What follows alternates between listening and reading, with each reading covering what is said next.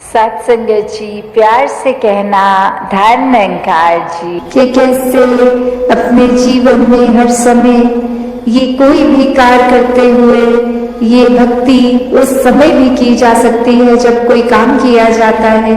ये प्रेम भी हर समय, ये प्यार भी किया जाता है तो भी वो ही एहसास मन में रहता है कि परमात्मा जब कण कण में है, हर एक में है, तो ये प्यार भी अपने आप स्वाभाविक हो जाता है हर पल में होने के लिए।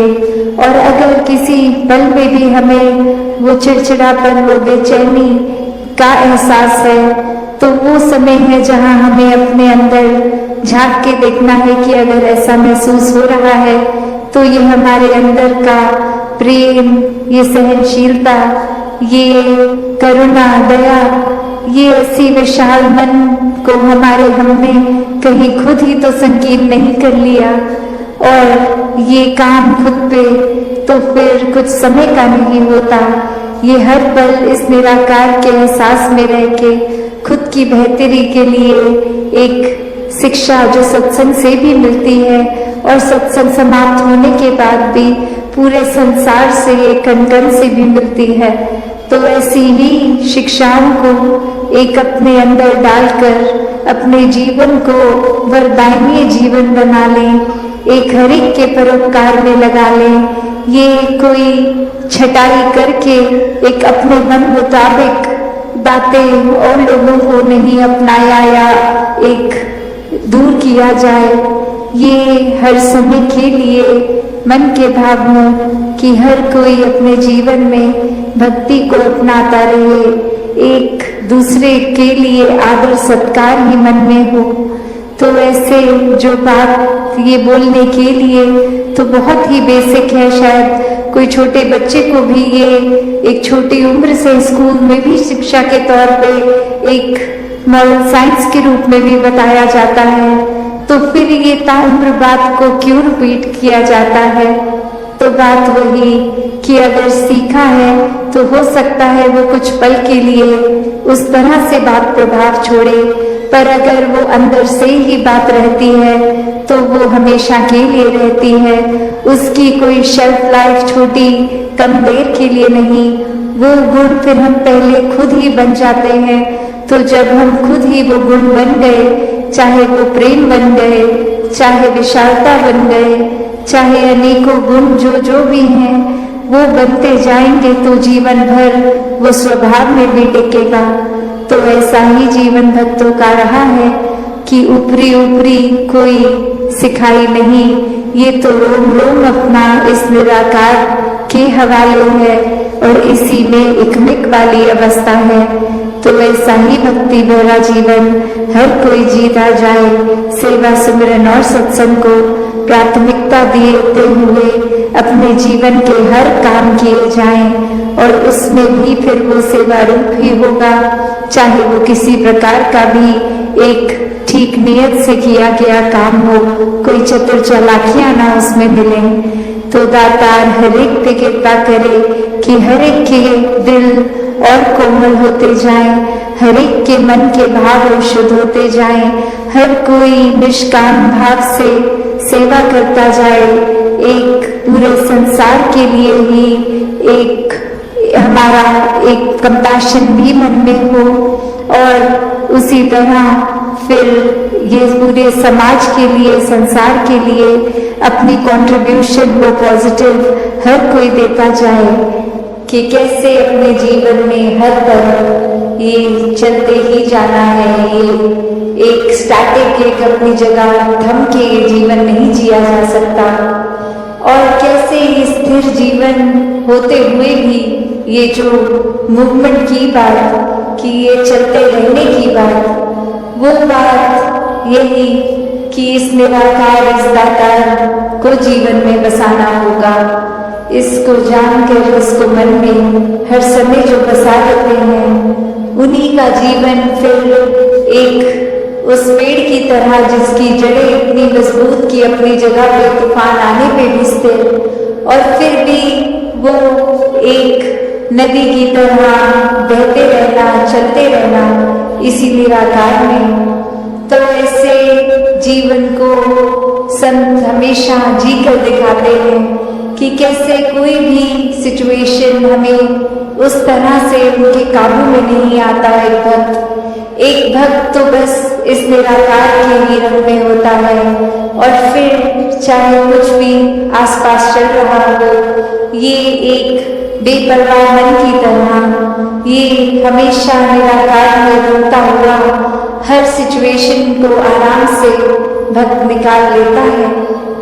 तो एक कहानी भी दासी ने एक बार पढ़ी, जहाँ एक जगह पर एक इंसान को पता लगता है कि यहाँ कोई बहुत ही एक वाइज इंसान एक आए हैं जो बहुत ही एक सूझवान है, और उनके पास जाकर वो कहते हैं कि आपको मुझे पता है बहुत और भी मिलने आ रहे हैं, मैं ज्यादा समय नहीं लूंगा, बस एक ऐसी कोई शिक्षा जो आप जीवन में कोई मुझे 1-8 मिनट में देकर समय बचा लें, अपना भी और हमारा भी, तो ऐसी क्या वो एक अमूल्य बात होगी जो 1 मिनट के अंदर एक शिक्षा जीवन भर की बन जाए।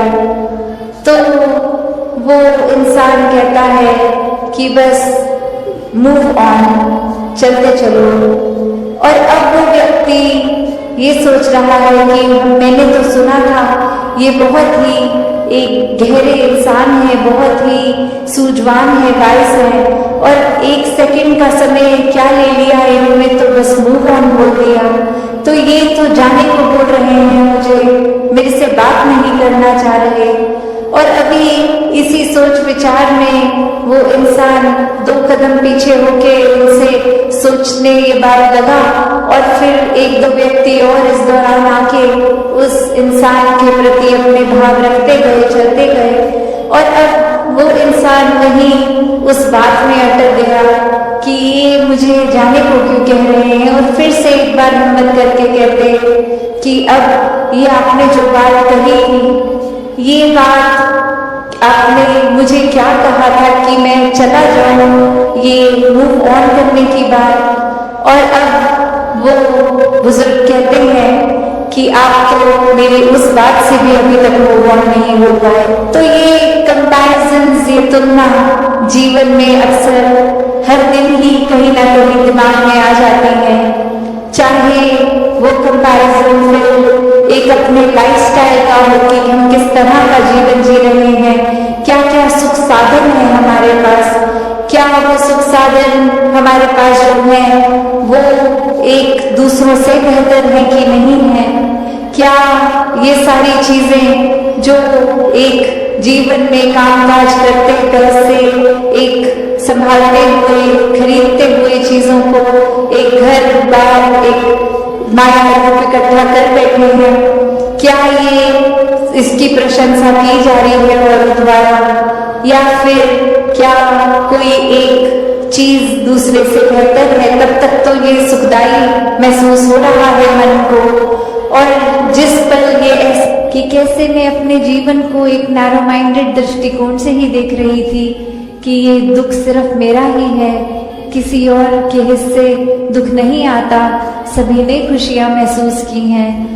और किस तरह आज हर घर में जाके मेरी आंखें खुली कि ये नज़रिया, ये मेरी नैरो माइंडेडनेस, ये बहुत ही लिमिटेड सोच थी, और इसी वजह से एक लाजोरुजिन नहीं देख पा रही थी। तो कैसे एक समझाने का कहानी से भाव यही कि हर किसी के हिस्से जो है वो हर एक पे डिपेंड करता है कि हमने उस परिस्थिति का क्या करना है।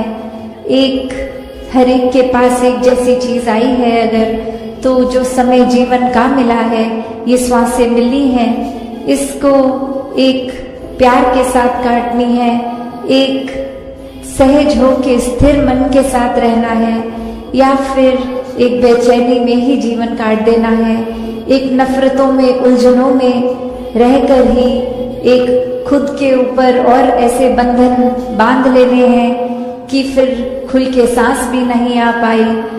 फिर तो एक दिल से दूसरे दिल तक ये रास्ता भी नहीं। एक खुद को दीवारों में इतना बांध लिया कि हर कोई फिर ऐसा दिखता है कि ये इंसान से प्यार नहीं हो सकता, इस इंसान के प्रति हम कुछ ऐसा महसूस नहीं कर सकते, ये इंसान तो सिर्फ एक कमियों का भरा हुआ है। तो बात वही जो हमेशा से संतों ने समझाई कि कमियां अगर देखनी ही है एक हमेशा के लिए, फिर कोई भक्ति में ये नहीं कहा जाता कि दुनियावी काम छोड़ दो, एक जो भी एक साधन है जीविका कमाने का उसको त्याग दो, कहीं दूर चले जाओ, एकांत में चले जाओ। नहीं, एक एकांत में एक समाज से कट के उस तरह भक्ति नहीं, समाज घर परिवार में रह के भक्ति करना। हर एक परमात्मा की रचना, हर एक इंसान, चाहे वो घर के मेंबर्स हों या फिर कोई दोस्त या फिर कोई अजनबी, तो कैसे हर एक में जहाँ परमात्मा है, हर एक में उस परमात्मा का वास है, तो ये परमात्मा हर एक में देखा जा सकता है। तो वो उससे इसकी दूरी ये तय हो जाती है जब साक्षात ब्रह्म ज्ञान द्वारा ये परमात्मा दिखता है, फिर वो कण कण में दिखता है। फिर ये परमात्मा एक हर समय की सच्चाई बन जाती है। बाकी दुनियावी सच्चाइयाँ तो बदलती रहती हैं, कोई भी ऐसी चीज़ नहीं जो सदैव की सच्चाई हो।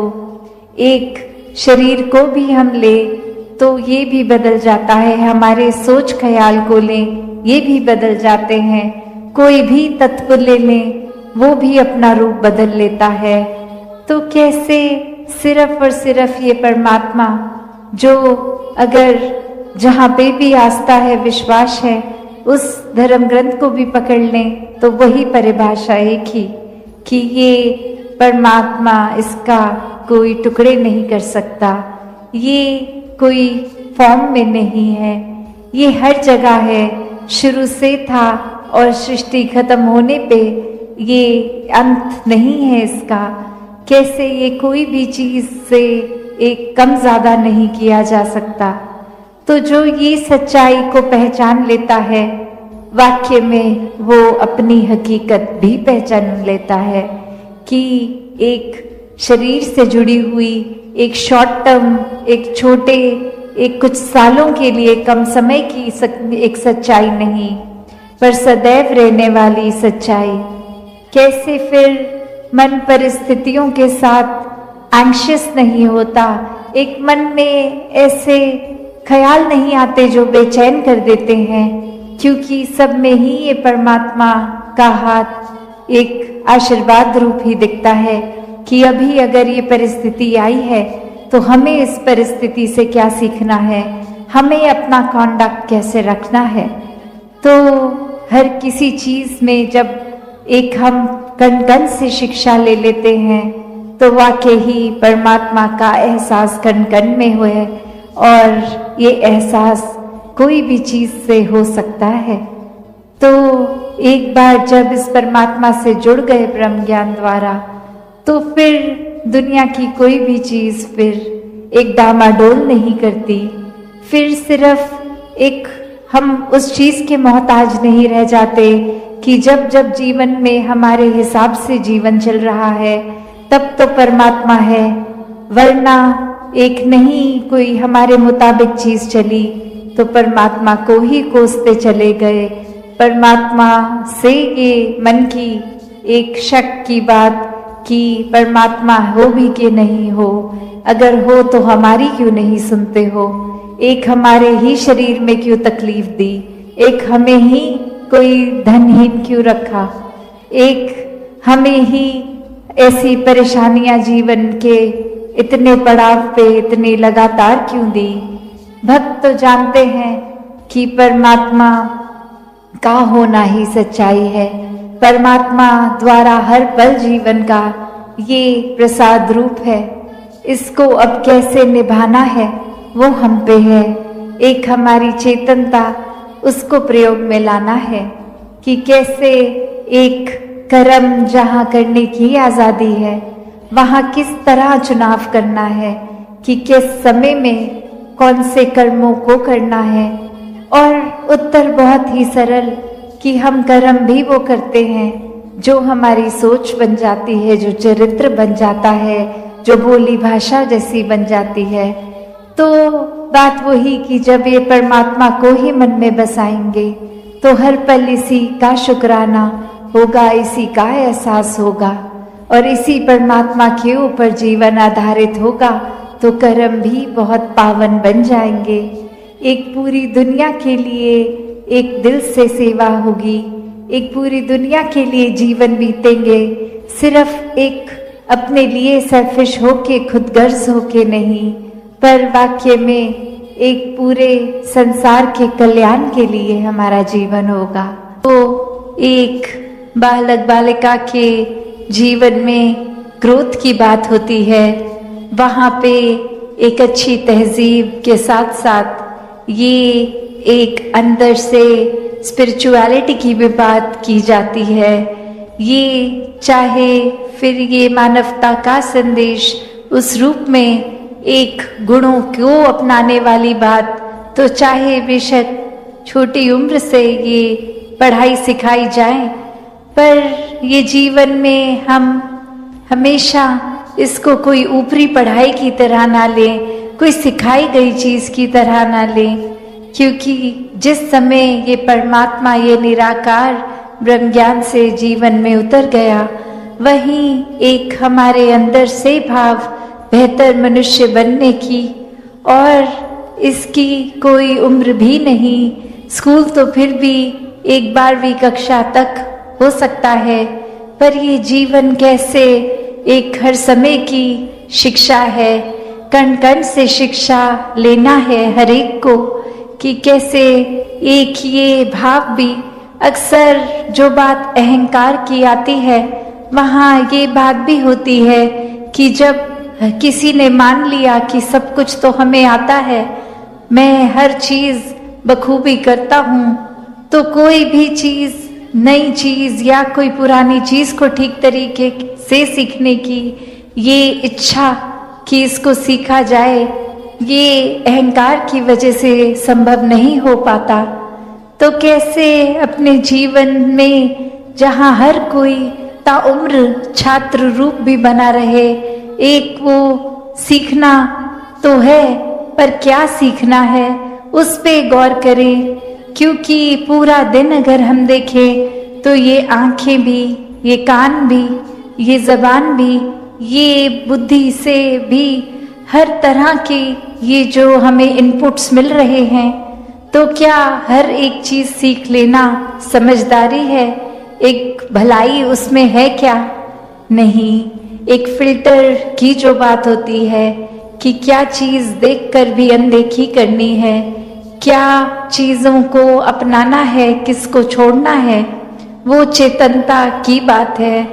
और ये चेतनता ब्रह्म ज्ञान से जहाँ एक आत्महत्या के जीवन में, एक ये स्पिरिचुअल लाइफ में, तो हर समय ये बहुत ही अच्छा माध्यम, ये टूल। पर एक और बात भी देखी जाए कि अगर हम कोई दुनियावी, कोई मटेरियलिस्टिक अपनी रिस्पॉन्सिबिलिटी, कोई काम काज भी कर रहे हैं, कुछ भी कर रहे हैं, तो उसमें भी चेतनता होनी बहुत ज़रूरी होती है। चाहे वो अक्सर छोटा सा एग्जाम्पल ड्राइविंग का भी, कि सड़क पे होते हैं तो अक्सर वही पंक्ति बार बार नज़रों के आगे आती है कि सावधानी हटी दुर्घटना घटी। तो ये हर समय चेतनता की बात है कि कहाँ पे हैं हम इस समय, वो एक एक पल का हमें होश, वो खबर, उस पल में ही रहें, वरना तो सोच 1 सेकंड लगता है इधर उधर भागने में, ध्यान भटकने में। तो कैसे जहाँ उपस्थित है शरीर, वहाँ मन को भी उपस्थित रखना है, और ये चेतनता हर समय की जीवन में हो। तो फिर बात वहीं आती है जहाँ से हर बात की ही शुरुआत है, ये परमात्मा, ये निराकार, ये जो बेरंगा है, इसके एहसास में हर समय रहना एक पॉसिबल है, एक हर एक पल इसी के एहसास में जीना संभव है। और ये कोई बहुत कल्पना की कोई किताबी बातें नहीं हैं। हर कार्य करते हुए इसके ही एहसास में अगर रहा जाए तो ये परमात्मा हमारे जीवन में और गहराई से उतरता है।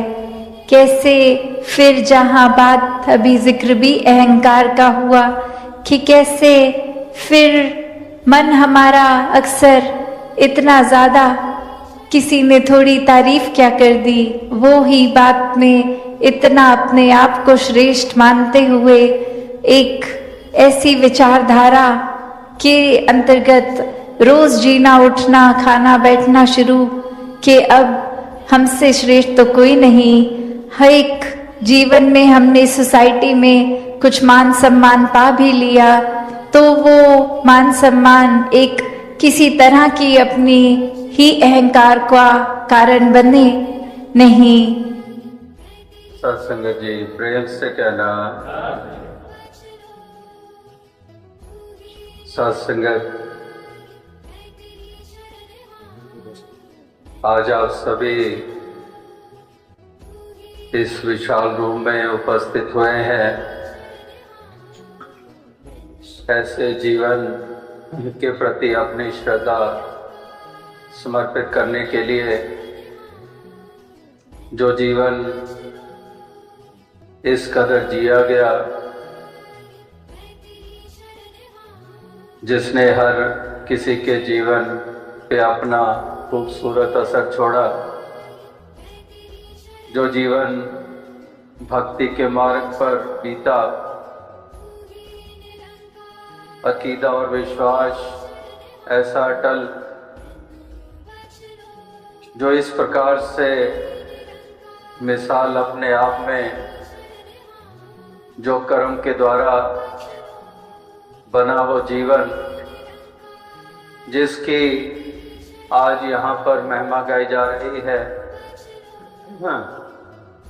और ऐसे जीवन से प्रेरणा ली जा रही है और प्रार्थना की जा रही है कि ऐसा ही जीवन हम जी पाएं जो श्रद्धा से भरा हो, जो भक्ति भाव से युक्त हो, जो मानवता इंसानियत से भरपूर हो।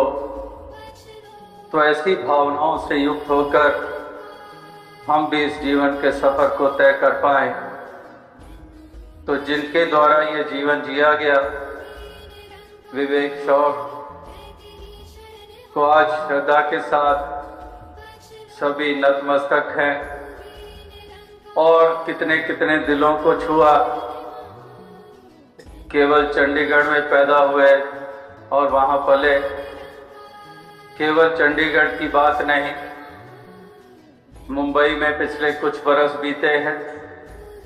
यहाँ के महापुरुषों और नौजवानों के दिलों पे ही केवल असर नहीं, बल्कि विश्व के अनेकों मुल्कों में इस कदर अपना असर छोड़ा कि चाहे इस कदर आमने सामने मुलाकात भी ना हुई हो, लेकिन जो उनके विचार, जो उनके ख्याल, जो इस कदर इतने मजबूती से भक्ति की तरफ प्रेरित करने वाले, जो परमार्थ की तरफ प्रेरित करने वाले, जो इस निराकार के ऊपर अडोल अटूट विश्वास को परिपक्वता देने वाले, ऐसे विचारों को सुन के भी कितने कितनों ने प्रेरणाएं ली हैं। एक पंक्ति उन्होंने गुरबाणी से जपजी साहब से एक लाइन सुनाई, कहने लगे कि नई नई गाड़ियों में कारों के पीछे शीशे पे लिखा होता है कि ये भी दात तेरी दातात। तो कहने लगे कि कुलजीत कहने लगा कि ये लाइन तो लिखते हैं सारे, लेकिन पूरा शब्द कभी किसी ने ध्यान से पढ़ा है तो उसमें उससे पहले जो जो लिखा हुआ है कि इस कदर मालिक क्या क्या नहीं देता और इंसान कैसा किस्त घण होता है, किस कदर नाशुक्रा होता है, और फिर भी ये दातार दिए चले जा रहा है। तो इस प्रकार से वो इतने खुशी खुशी मुझे सुना रहा कि इस कदर ऐसे ऐसे मनों में ऐसे ऐसे भाव होते हैं जो जिस तरफ हमारा भी कहीं ध्यान नहीं जाता। तो इसलिए इस लिहाज से भी देखें तो हर इंसान से हम कुछ ना कुछ सीख सकते हैं। हर इंसान में मालिक ने कोई ना कोई ऐसी बात भरी हुई है, कोई ना कोई गुण रखा हुआ है। तो हमने उन गुणों की तरफ केंद्रित होकर हमने उसको अपने जीवन में स्थान देना है, उस अनुसार ही अपने इस जीवन के सफर को तय करना है। किस कदर दुख दर्द में शामिल होना, किस कदर एक दूसरों को सांत्वना देनी। कितने कितने ऐसे महापुरुष नौजवान मिलेंगे आपको। ये तो 1-2 घंटे का ये सिलसिला जो ये सत्संग चल रहा है, जिसमें श्रद्धा सुमन समर्पित किए जा रहे हैं, लेकिन ये सिलसिला तो चलता रहेगा।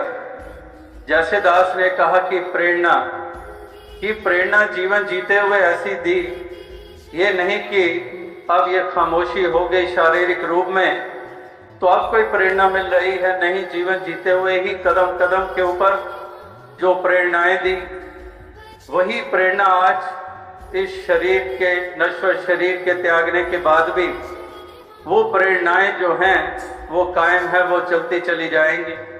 वो याद हमेशा ही मनों में रहेगी। जिस प्रकार से वो एक अंग्रेजी में कहावत है कि there are many people who die before they expire, but अब हम जिनका जिक्र कर रहे हैं या ऐसे महापुरुषों का जिक्र करते हैं श्रद्धा के साथ, they do not die before they expire, they live before they expire, and even after they expire they keep on living in our hearts। हमारे दिलों में वो जिंदा रहते हैं। लोग वो भी होते हैं कि जो ये शारीरिक मौत आती है तो कई उस मौत के आने से पहले ही मर जाते हैं। वो जीवन कहलाता ही नहीं है, क्योंकि उस जीवन में ना प्यार होता है, उस जीवन में ना प्रेम भाव होता है, ना निम्रता होती है, ना कंपैशन होता है, ना दया का भाव होता है, कोई हलीमी नहीं होती है, कोई मिठास नहीं होती है। क्रूरता, कठोरता, कठोरपन, अहम अभिमान, जलन, ये सब कुछ होता है। तो उस जीवन को जीवन कहा ही नहीं जाता, वो जीवन कहलाने के लायक ही नहीं होता। तो ऐसे महापुरुष भक्तजन सज्जन प्रवृत्ति वाले जो इस शारीरिक मौत के आने से पहले मर के नहीं जीते, वो वाकई ही सही मायनों में जीवंत होते हैं, क्योंकि उनके खूबसूरत जो पहलू वो जीवंत होते हैं। वो पहलू मर गए नहीं होते जीवन में से, वो जिंदा होते हैं, उनको मजबूत रखते हैं। वो प्यार वाला हो, हलीमी वाला हो, वो सहनशीलता वाला हो, वो विशालता वाला हो, वो पूरी नेक नीयत के साथ अपनी जिम्मेदारियों को निभाने वाला पहलू हो, वो सारे के सारे इस जीवन में मजबूती वाले देखे गए। और हर किसी ने महसूस किया कि वाकई ही किस कदर ये ऐसे तमाम पहलू हैं जो बहुत मजबूत थे जीवन में, जिसके कारण आज श्रद्धा के साथ सभी के मस्तक जो है वो नत हो रहे हैं, सभी श्रद्धा के साथ याद कर रहे हैं।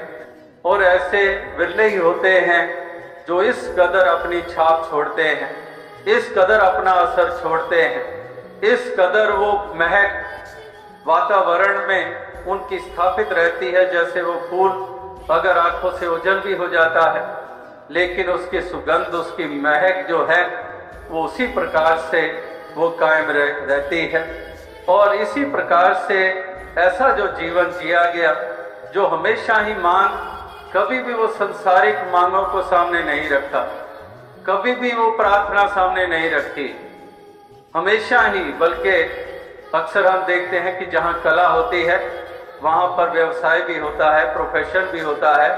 आखिर एक परवरिश बच्चों की भी करनी होती है, कोई ना कोई प्रोफेशन, कोई डॉक्टर बन जाता है, कोई लॉयर बन जाता है, कोई इंजीनियर बन जाता है, कोई बिजनेस खोल लेता है।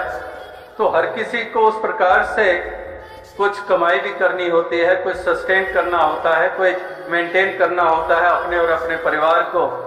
तो उस लिहाज से समाज पे बोझ ना बनकर वो अपनी उन तमाम, जिसको हम कहते हैं कि दसों नाव की किरत कमाई, वो दसों नाव की किरत कमाई करने हेतु वो उस प्रोफेशन को उन्होंने चुन लिया और उसको कर रहे हैं।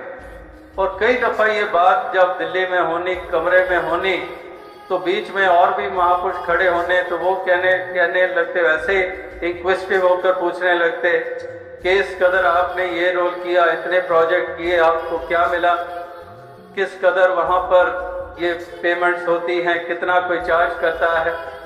तो इस प्रकार से जब ऐसी बातें चलने लगी तो आगे से कहने लगे कि बस मैं क्या करूं, मेरी बड़ी मजबूरी है।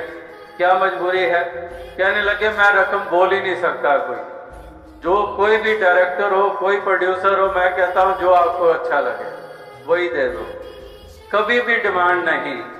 तो बाकी सारे कहते ऐसा क्यों करते हो, प्रोफेशन है तो आप उस तरह से पेश आओ। कहते नहीं, बस होता ही नहीं, मैं क्या करूं, मजबूरी है, कह ही नहीं सकता, मेरे से होता ही नहीं है, मैं माया के बारे में इतना सोच ही नहीं सकता हूं। तो इस प्रकार से कहने का भाव ये है कि वो भी एक ऐसी नर्म दिली कि ये भी मेरा शायद किसी को कहना या मांग करनी, वो भी कोई बोझ ना अगले को लगे। और इस प्रकार से एक संतुष्टि का भाव, इसी को हम कहते हैं कि जब आगे संतोष धन सब धन धूलि समान, कि सबर शांति ते सम दृष्टि संत जनादा गहना है, संत जनादा वड्डा जेवर पाने अंदर रहना है। तो इस प्रकार से वो सबर सबूरी, वो पूरी कंटेंटमेंट वो जीवन में देखी गई और उसी प्रकार से अपने आप को ढाला और अपनी उन तमाम जिम्मेदारियों को बाखूबी निभाया। और इसी प्रकार से आज सभी यहाँ पर उपस्थित हैं, एकत्रित हुए हैं, जो इस कदर उनके ऐसे पहलुओं को याद कर रहे हैं और उनसे प्रेरणाएं मिल रही हैं। उनकी रचनाओं को आपने लगातार सुना है कि किस कदर एक रचना जब दास ने कई वर्षों के बाद जब जवानी की उम्र में जब सुनी, इस कदर चंडीगढ़ में ही सेक्टर 15D के बाहर ही एक खुला सा लॉन है, वहीं पर ही सन 1980 के बाद भी सत्संग और बाबा गुरबचन सिंह जी के साथ भी उस ग्राउंड में सत्संग करने का मौका मिला। तो वहाँ पर एक बहन गा रही और इनका वो गीत गा रही कि किस प्रकार से उसके शब्द वही कि जो नाशवान है उसकी विवेक कैसी दुआ, तुझी को मांगे जो तुझसे उसे दुआ कहिए। कि ये जब सुना तो दास ने पूछा ये किसने लिखा, ये बहन जो गा रही, कहने लगे ये विवेक जी ने लिखा। तो इस कदर फिर उसके बाद जो एक व्याख्यान, जो एक स्पीच के रूप में, प्रवचन के रूप में जब सुनना शुरू किया, तो ऐसे ऐसे ऊंचे ख्याल, ऐसी ऐसी ठोस बातें, ऐसे ऐसे उदाहरण, ऐसे ऐसी मिसालें, ऐसी ऐसी लॉजिक्स जो वाकई हर किसी को कायल करने वाली। तो ऐसे मालिक ने, इस निराकार ने एक गुण ऐसी एक जीवन में भरे और उसने पूरी तरह से सर अंजाम दिया। वरना एक दूसरा पहलू भी होता है, किसी में हुनर होता भी है, लेकिन वो हुनर इसी प्रकार से एक सटल ही रह जाता है। लेकिन जो भी मालिक ने हुनर बख्शे उसको बाखूबी उसको निभाया और यश प्राप्त किया है। तो दास यही अरदास करेगा कि दातार ऐसी कृपा करे, ऐसी दया करे कि उनके जीवन की तरह ही हर किसी का जीवन हो, हर कोई ऐसे भाव बना पाए जो एक छोटी सी बात को भी प्रोमिनेंस दे के जो आध्यात्मिकता की तरफ ले जाए, जो मानवता की तरफ ले जाए, जो इंसानियत की तरफ ले जाए। तो हर उस तरफ ले जाने के लिए ऐसी एक अप्रोच जीवन की वो हर किसी की बन पाए। वाकई जो इनके जीवन में ऐसी अप्रोच देखी, अक्सर हम कहते हैं कि आखिर जीवन की तेरी ये जीवन जीने को जो तू जी रहा है, विद व्हाट अप्रोच, कौन सी अप्रोच के साथ जीवन जीता है तू, तेरी अप्रोच क्या है जीवन के प्रति। तो वाकई जो जीवन के प्रति अप्रोच थी वो एक ऐसी बेमिसाल अप्रोच थी जो, क्योंकि ये भी कलाकार और एक कलाकार की वो एक कहावत याद आती है जो पिकासो, कितना मशहूर एक पेंटर स्कल्पचर, तो उसने एक दफा ये कहा था कि there are artist who depict sun as a small yellow spot, कि वो भी कलाकार होते हैं जो एक सूरज को एक पीले से बिंदु के रूप में कैनवस के ऊपर दिखा देते हैं।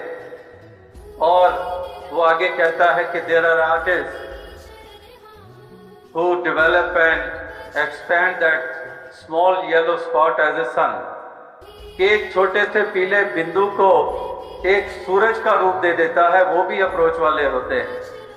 तो ये भी वो अप्रोच वाला था जिसने सूरज को बिंदु करके पेश नहीं किया, बल्कि बिंदु को भी सूरज के रूप में पेश किया। और इसी के कारण अगर कहने को हम कह सकते हैं कि एक भरी भीड़ में ये भी जिस्म वाला था, ये भी एक आम इंसानों की तरह हंसता खेलता या चलता चलाता, और उसको उसी शुमार में गिन लें।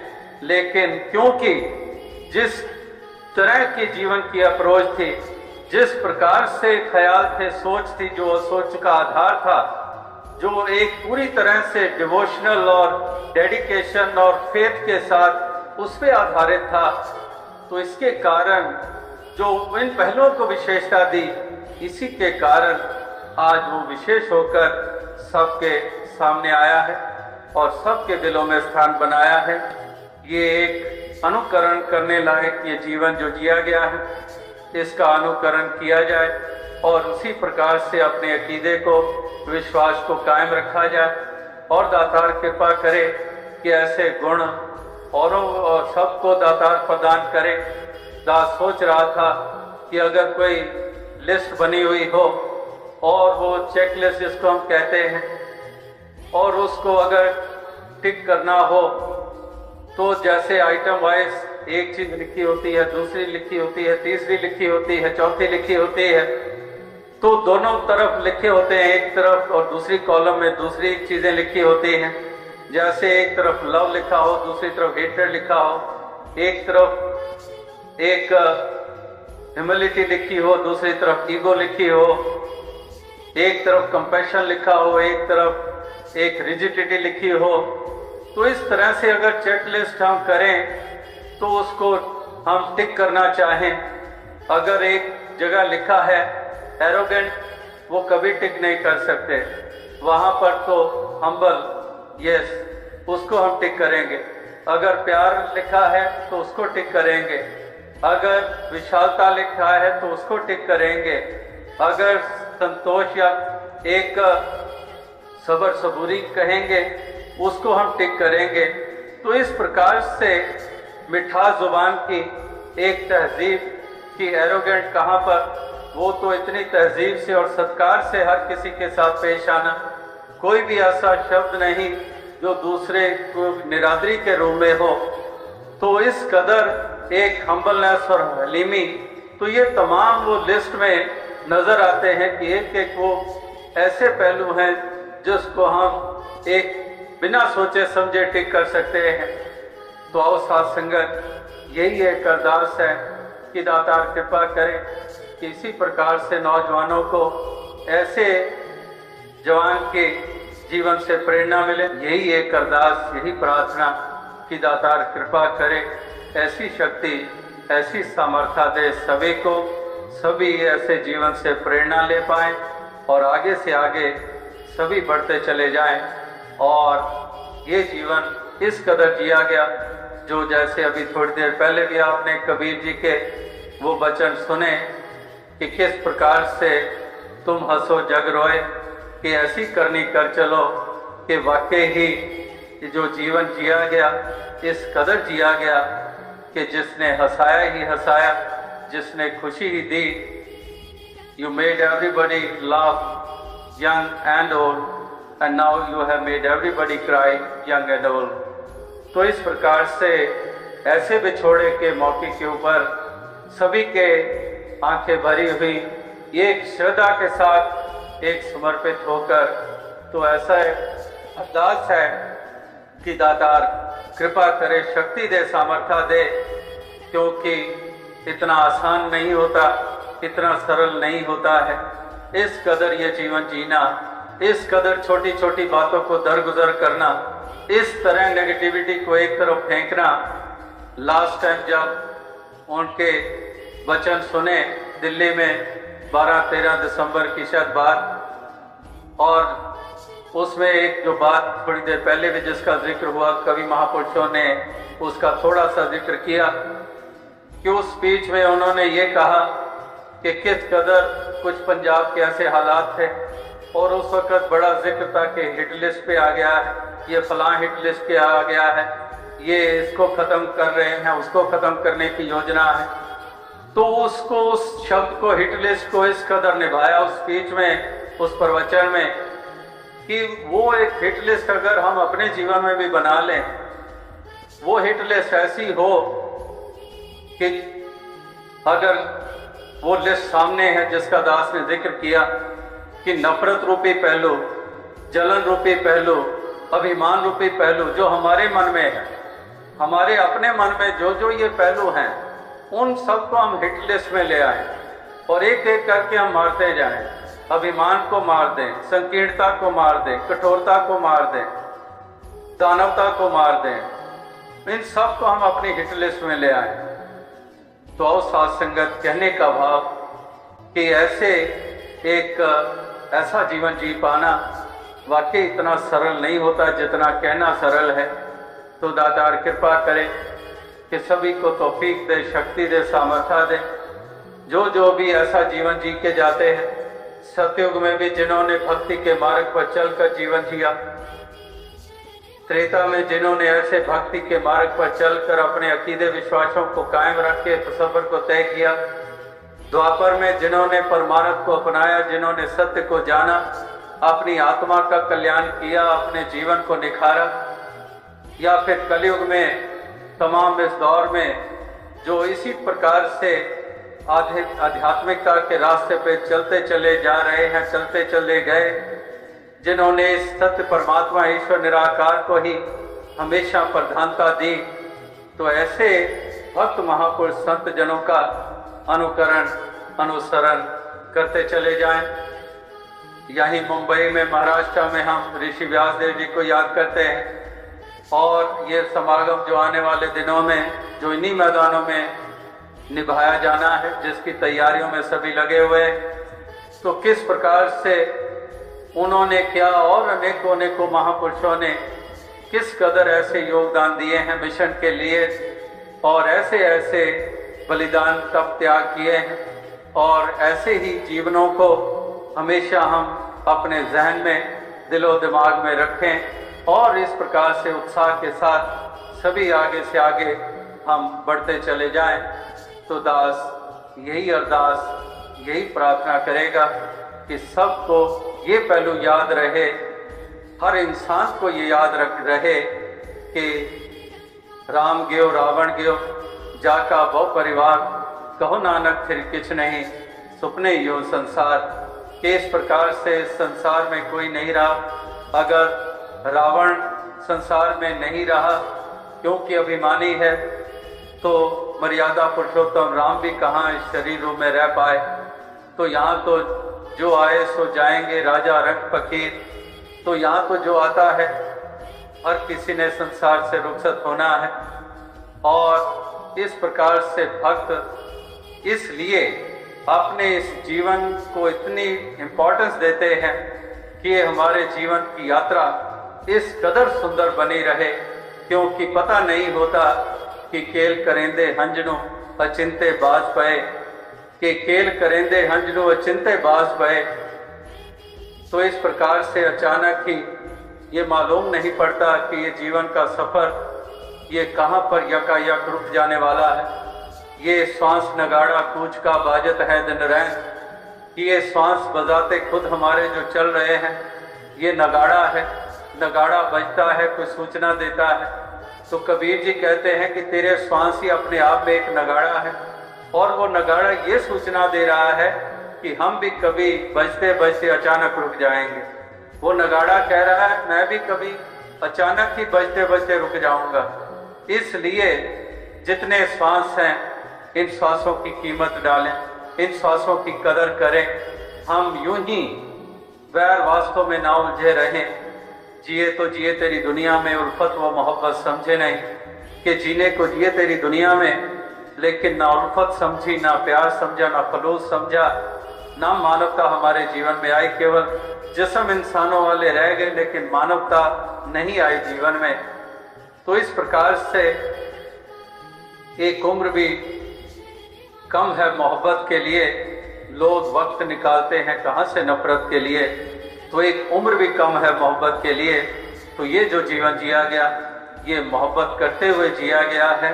और वाकई हर किसी को ये ध्यान रखना है कि हमने ये जीवन मोहब्बत के लिए जीना है, प्यार देना है।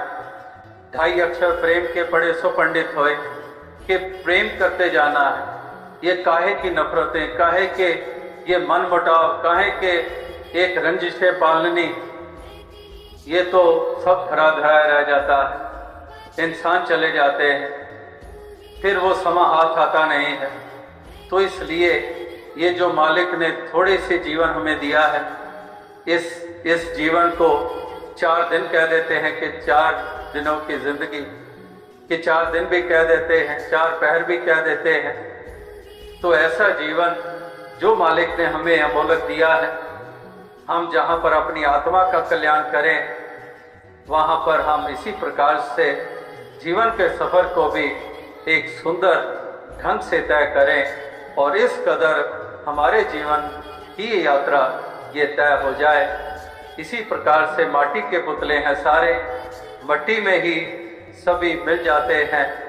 खाक की खाक से रल जाना, तू कदे काहों से आना। कि खाकी खाक के पुतले ने खाक की ढेरी में तब्दील हो जाना है। खाकी यानी कि ये खाकी जिस्म, खाकी खाक स्यों रल जाना, तू कदे काहों से आना। कि कभी तो तू समझदारी की बात कर, कभी तो तू सूझवान बन। क्या यही ऐशो इशरतों में ही पड़ा रहेगा? क्या यही दानवता और हैवानियत के रास्ते पे चलता रहेगा? क्या इसी प्रकार से सत्य को, इस भक्ति को, परमार्थ को, इंसानियत को नजरअंदाज करता रहेगा? तू कदे काहों से आना। कभी तो तू समझदार बन जा, कभी तो जागरूक हो जा। और फिर ऐसा ना हो कि अब पछताए क्या हुआ जब चिड़िया चुग गई खेत। इसीलिए जैसे वो अंग्रेजी की कहावत है, let the voices die before thee, इससे पहले कि तुम मर जाओ अपनी उन कुरीतियों को मार दो। अगर ये सोच रहे हो कि अभी कुरीतियां हैं, कोई बात नहीं, आगे चल के मैं साधु बन जाऊंगा, कुरीतियों को मार दूंगा, लेकिन बात फिर वही है कि ये कड़ी, ये लड़ी कहाँ टूट जानी है श्वासों की। कहाँ पर तू सोच रहा है कि आगे जाके सवर जाऊंगा, अभी तो मुझे बिगड़ा रहने दो। नहीं, let the voices die before thee. ये पता ही नहीं है कि कब रुखसत हो जाना है। उससे पहले पहले नेकियां कमा लें, जीवन को सुंदर बना लें और इस प्रकार से औरों के लिए हम राहत का, खुशी का कारण बन सकें और मानवता को हम ऊंचाइयों तक ले जा सकें। तो दास और अधिक शब्दों का सहारा लिए बगैर अंत में एक दफा फिर यही अरदास यही प्रार्थना करेगा कि दातार कृपा करे कि जो ये जीवन, जो विवेक शौक के द्वारा जो जिया गया है, ऐसे जीवन का अनुकरण करने की सबको शक्ति दे, सामर्थ्य दे और इस प्रकार से ऐसे गुणों से युक्त होकर सभी आगे से आगे बढ़ते चले जाएं। सभी अपने जीवन के सफर को भक्ति भाव से युक्त होकर तय करते चले जाएं और इस कदर ये कदम रुकने ना पाए। यही एक शुभकामना प्रार्थना परिवार बच्चों के लिए है, जिस कदर उन्होंने भी हर हालात में अपने कदमों को रुकने नहीं दिया, इसी तरह से ये कदम आगे से आगे बढ़ते ही चले जाएं और यश प्राप्त करते चले जाएं। तो ऐसे समागम जो इतने बरस से होते आ रहे हैं, तो तो ये आने वाले समागम में भी सभी उत्साह के साथ उपस्थित होकर हर प्रकार का आनंद ले पाए और ये सत्य का पैगाम आगे से आगे पहुंचा पाए। साथ संगत जी धन्यवाद। सुख केवल परमात्मा में है और परमात्मा के ज्ञान से है। आशा करता हूँ साथ संगत जी निरंकार की कृपा से आप सभी अच्छे होंगे, स्वस्थ होंगे। साथ संगत जी आप जी के चरणों में बहुत ही सुंदर विचार, जिसका विषय है सुख कहाँ है। सुख केवल परमात्मा के चरणों में है, परमात्मा के अंदर है। तो आइए साथ संगत जी जानते हैं इस प्रेरणादायक कहानी के माध्यम से। साथ संगत जी जीवन की आपाधापी में हम सब सुख की तलाश में दौड़ते रहते हैं। कोई दौलत में सुख ढूंढता है तो कोई रिश्तों में, कोई पद प्रतिष्ठा में और कोई संसार की चकाचौंध में। लेकिन क्या ये सुख स्थायी है? क्या ये सुख आत्मा की गहराई को छू पाते हैं? इस कहानी में साथ संगत जी हम जानेंगे एक ऐसे व्यक्ति की यात्रा जिसने संसार के हर कोने में सुख तलाशा, लेकिन अंततः जाना कि सच्चा सुख केवल परमात्मा में ही है। तो आइए साथ संगत जी सुनते हैं एक खोज की, एक परिवर्तन की और एक मिलन की कहानी। साथ संगत जी अर्जुन एक बड़ा व्यापारी था। उसके पास धन, बंगला, गाड़ियाँ, नौकर चाकर सब कुछ था। फिर भी उसे रात में नींद नहीं आती थी। उसका मन व्याकुल रहता। कोई अज्ञात चिंता उसे भीतर से खाए जा रही थी। एक दिन उसके बेटे ने पूछा, पिताजी हमारे पास सब कुछ है, फिर भी आप इतने उदास क्यों रहते हैं? अर्जुन ने कहा, बेटा पता नहीं, पर क्यों, एक शांति की तलाश है जो कहीं नहीं मिलती। लगता है कुछ बहुत बड़ा खो गया है। अर्जुन ने तय किया कि अब सुख की खोज करेगा। वह पहले काशी गया, ज्ञानियों से मिला, फिर गया ऋषिकेश, योगियों से साधना सीखी, फिर विदेश गया, मनोविज्ञान, ध्यान, आत्मिक कोर्स किए। पर हर बार कुछ दिन तो अच्छा लगता, फिर वही खालीपन। क्या सच में दुनिया में कोई ऐसा सुख नहीं जो टिके? अर्जुन ने सोचा। एक दिन हिमालय की यात्रा के दौरान वह एक वृद्ध संत से मिला। संत जी की आंखों में अजीब सी चमक थी, जैसे वहां आनंद का कोई समुद्र बह रहा हो। अर्जुन ने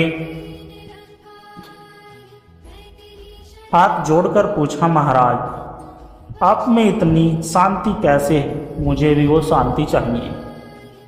संत मुस्कुराए और बोले, तुम जिस सुख को बाहर खोज रहे हो वह तो तुम्हारे भीतर बैठा है। सच्चा सुख तो परमात्मा में है। वह जो तुम्हारे अंदर है तुम्हारा मूल है। अर्जुन वापस लौटा, लेकिन संत की बातें उसके हृदय में गूंजती रही। वह अपने घर, व्यापार, दोस्तों हर जगह देखता रहा कि क्या वाकई में सब कुछ उसे स्थायी सुख दे पाए। उत्तर साफ था, नहीं। एक रात वह फूट फूट कर रो पड़ा, हे परमात्मा तू मिल क्यों नहीं रहा? मैं अब थक चुका हूँ। अर्जुन ने संसार की चकाचौंध से ध्यान हटाकर साधना, भजन, सेवा और सत्संग की राह पकड़ ली। वह सुबह शाम परमात्मा को पुकारता, भीतर उतरने लगा। धीरे धीरे उसका मन हल्का होने लगा। अब वह दौलत में नहीं, ध्यान में मुस्कुराने लगा। लोग पूछते, तुम्हारे चेहरे पर ये अलौकिक तेज कैसा है? वह कहता, अब मैंने जान लिया है, सुख बाहर नहीं परमात्मा में है। सालों की साधना के बाद अर्जुन को एक दिन भीतर से अनुभूति हुई कि जैसे कोई दीपक जल उठा हो, जैसे किसी ने कह दिया हो, मैं तेरे अंदर ही तो हूँ सदैव से। उस दिन से अर्जुन पूरी तरह बदल गया। अब उसका व्यापार सेवा बन गया, उसका जीवन सत्संग बन गया। वह लोगों से बस एक ही बात कहता, सुख मत खोजो, परमात्मा को खोजो, सुख तो अपने आप दौड़ता हुआ आएगा। सत्संगत जी, अर्जुन की तरह हम भी कभी न कभी यह सवाल जरूर करते हैं कि हम इतने सब कुछ होने के बावजूद खाली क्यों हैं। उत्तर सीधा है, क्योंकि आत्मा का सुख, आत्मा का परम स्रोत परमात्मा ही है। जब तक हम उससे जुड़ते नहीं, तब तक लाख दौड़ो, लाख पाओ, वो तृप्ति नहीं आती। तो आओ सत्संगत जी, जीवन में एक बार उसी परमात्मा से जुड़ जाए, क्योंकि सुख कहीं बाहर नहीं, सिर्फ परमात्मा में ही। सत्संगत जी, राजा चंद्रसेन की पुत्री अवनी अत्यंत सुंदर, बुद्धिमान और विलासित जीवन जीने वाली राजकुमारी थी। उसका महल शुद्ध चांदी से बना था। उसके लिए हर सुबह पुष्प वर्षा होती थी। राजा ने उसके सुख के लिए नृत्य, संगीतज्ञ, विज्ञान कारीगर सब कुछ उसके चारों ओर बसा दिया था। लेकिन अवनी के अंदर एक खालीपन था जो किसी से नहीं कहा जाता था। रोज राज को वह अकेली बैठकर आकाश की ओर देखती। क्या यही जीवन है? क्या यही सुख है?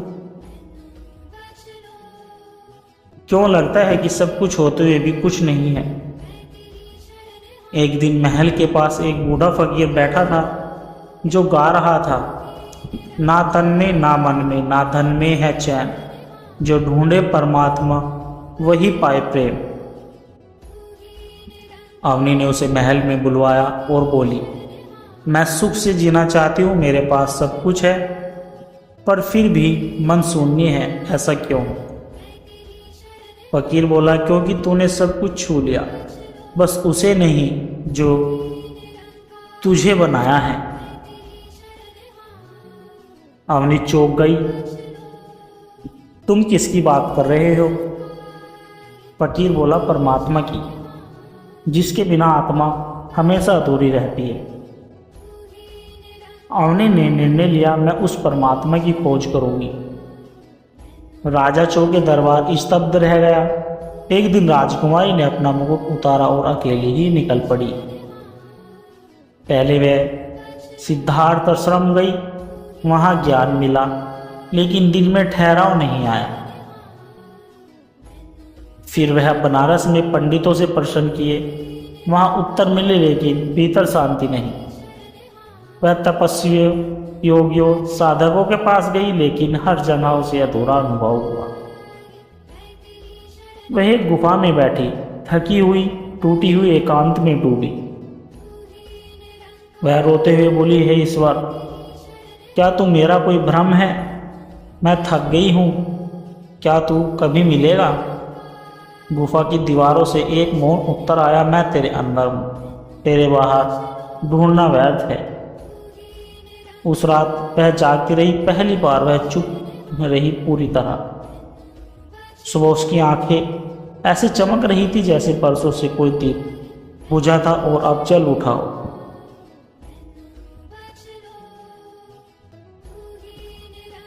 अब अवनी ने ध्यान की एक नई विधि अपनाई। बोलना बंद कर दिया, केवल श्वास पर ध्यान केंद्रित किया। हर दिन वह आत्मा को महसूस करती और हर दिन वह महसूस करती कि कोई उससे बातें कर रहा है। मैं तुझसे कभी अलग था ही नहीं, तू ही मैं हूं। अब वह आनंदित हो उठी। कोई बाहरी वस्तु, न कोई संगीत, न कोई स्थान, बस भीतर का स्वाद, भीतर का संवाद। वह बोली, अब मैं जान गई, सुख तू है, तू जो मेरे भीतर था, बस मैं बाहर देखती रही। 6 महीने बाद वह एक सुबह अवनी वापस महल में लौटी। लोगों ने देखा वह वही राजकुमारी है, लेकिन अब उसकी चाल में कुछ और था। उसकी मुस्कान, उसकी दृष्टि, उसकी मौन भाषा, सब में परम शांति थी। अब वह उसी महल में रहती थी, लेकिन अब महल उसे बांधता नहीं था। उसे नगर में एक सत्संग स्थल बनवाया। वहाँ वह रोज आध्यात्मिक चर्चा करती। राजा और रानियाँ, मंत्री और साधु सभी उससे कहते, तुम्हारे शब्द नहीं, तुम्हारा मौन भी हमें सुख देता है। हमने अब राजकुमारी नहीं, आत्मवीनी बन गई थी, एक ऐसी साधिका जो सब कुछ पाकर सब कुछ छोड़ चुकी थी। वह कहती, परमात्मा कोई विचार नहीं, कोई स्थान नहीं। वह तो वही है जो इस क्षण की गहराई में है। सुख वही है जो अब है, भीतर है, पूर्ण में है। लोग कहते, हमें भी वो सुख चाहिए। वह कहती, तो खुद से पूछो मैं कौन हूँ। और जब तुम मौन हो जाओ, परमात्मा स्वयं बोलेगे, मैं ही सुख हूँ, मैं ही तू है। अब निवर्द हो चुकी थी। अब वह शरीर से कमजोर थी, लेकिन भीतर बाल जैसी चंचल आत्माएं लिए जी रही थी। एक दिन ध्यान करते हुए उसकी सांसें शांत हो गई, मानो आत्मा परमात्मा में लय हो गई है। लोग कहते हैं, उस दिन पूरे नगर में एक दिव्य गंध फैली थी और आकाश में किसी ने कहा, जिसने भीतर के परमात्मा को पाया वही सच्चा सुखी हुआ। साथ संगत जी, पहाड़ों की तलहटी में बसे एक छोटे से गांव शिवपुर में एक लड़का जन्मा, जिसका नाम ईशान था। ईशान बचपन से ही अलग था, न ज़्यादा खेलता, न धन की बात करता। उसे आकाश देखना, नदियों की आवाज़ सुनना और एकांत में बैठकर कुछ सोचना अच्छा लगता था। उसकी माँ कहती थी, ईशान, तू किसी और दुनिया से आया है लगता है। जब सब बच्चे राजा रानी बनते, ईशान आंखें बंद कर बैठकर कहता, मुझे कोई खोज करनी है, कोई मुझे अंदर बुला रहा है।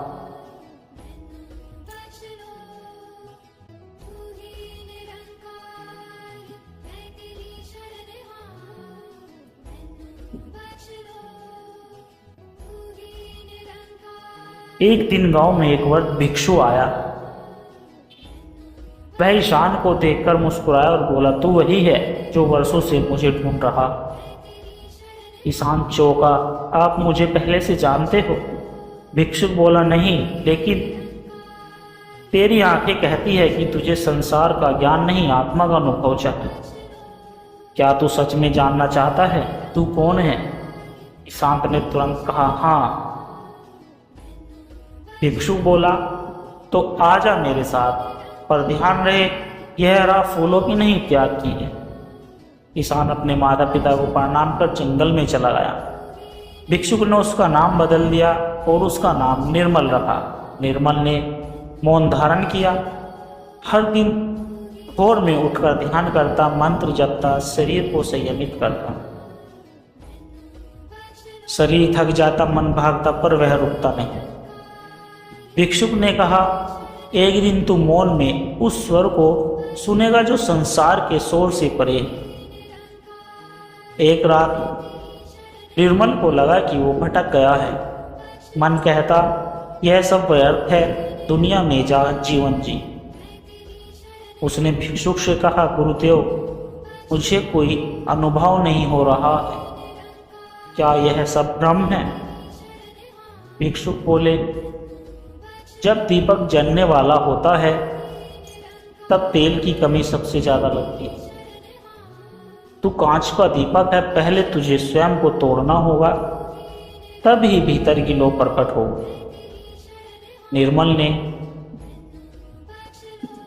ने उस रात आंखें बंद कर ली और एक ही बात दोहराई, हे प्रभु, मैं थक गया हूं, अब तू ही मुझे पकड़।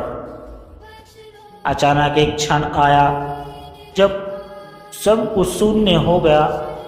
न मन था, न विचार, न शरीर, केवल एक प्रकाश, एक शांति, एक एहसास। मैं कोई शरीर नहीं, मैं वह आत्मा हूँ जो सदा से थी। निर्मल की आंखों से आंसू बहने लगे, पर वो आंसू किसी दुख के नहीं थे, वे मिलन के थे। उसे पहली बार एहसास हुआ परमात्मा बाहर नहीं भीतर है। निर्मल अब वापस गांव लौटा, लेकिन अब वह साधारण नहीं था। लोगों ने देखा उसका चेहरा तेजस्वी था, उसकी आंखों में गहराई थी।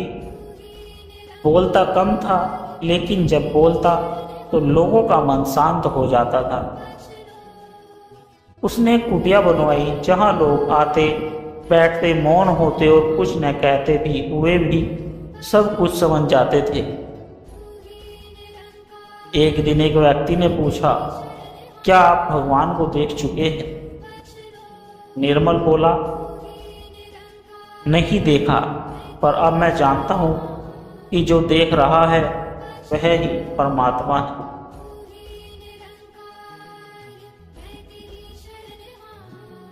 सालों बीत गए, निर्मल अब वृद्ध हो चला था। एक सुबह वह शांत स्वभाव में बैठा था, आंखें बंद थी, शरीर स्थिर था। लोगों ने सोचा वो ध्यान में है, लेकिन जब सूरज ढला और वह नहीं उठा, तब समझ में आया कि वह शरीर छोड़ चुका है।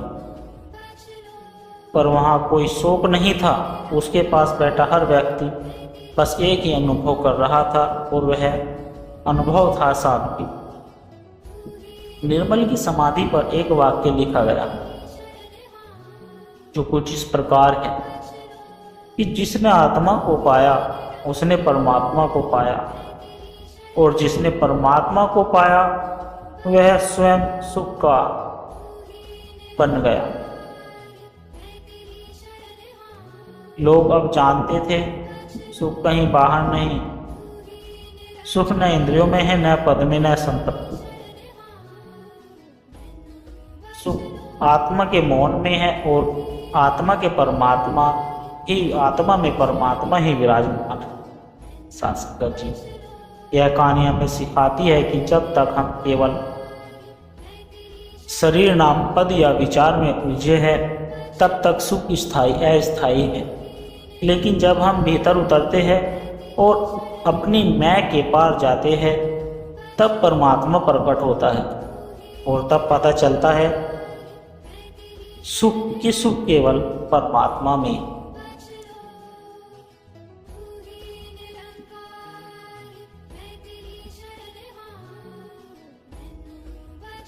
सत्संगत जी, थक कर बैठ जाना मंजिल से दूर कर सकता है, लेकिन एक कदम और बढ़ाना इतिहास रच सकता है। अगर रास्ता कठिन लग रहा है तो समझ लो तुम सही रास्ते पर हो। सपने वो नहीं जो नींद में आते हैं, सपने वे हैं जो नींद नहीं आने देते। हार मानने वाले को कोई याद नहीं रखता, लेकिन हार कर भी चलने वाले प्रेरणा बन जाते हैं। बदलाव बाहर से नहीं भीतर से शुरू होता है। जो लोग दूसरों पर विश्वास नहीं करते वे खुद पर भी नहीं करते। खुद को जानो, खुद पर भरोसा रखो। छोटे कदम भी बड़ी मंजिल तक ले जाते हैं, बस रुकना नहीं। खुद को कमजोर समझना सबसे बड़ा अपराध है। मुसीबतों से भागना एक नई मुसीबत को न्योता देना है। जीवन में हर चुनौती बस एक परीक्षा है, पास होकर दिखाओ। तो करता चल, प्रभु साथ है, बस नियत सच्ची होनी चाहिए। सत्संगत जी, दास के द्वारा कहे गए प्रेरणादायक कहानी विचार यदि आप जी को अच्छे लगे हो तो वीडियो को लाइक करें, शेयर करें और कमेंट बॉक्स में धन निरंकार जी जरूर लिख दें। और दास को आशीर्वाद दे के हर रोज आप जी के चरणों में ऐसी ही प्रेरणादायक कहानी विचार लेकर आता रहूं। और सत्संगत जी दास के चैनल सोना इंस्पायर विचार को भी सब्सक्राइब जरूर कर दें। सत्संगत जी प्यार से कहना, धन निरंकार जी।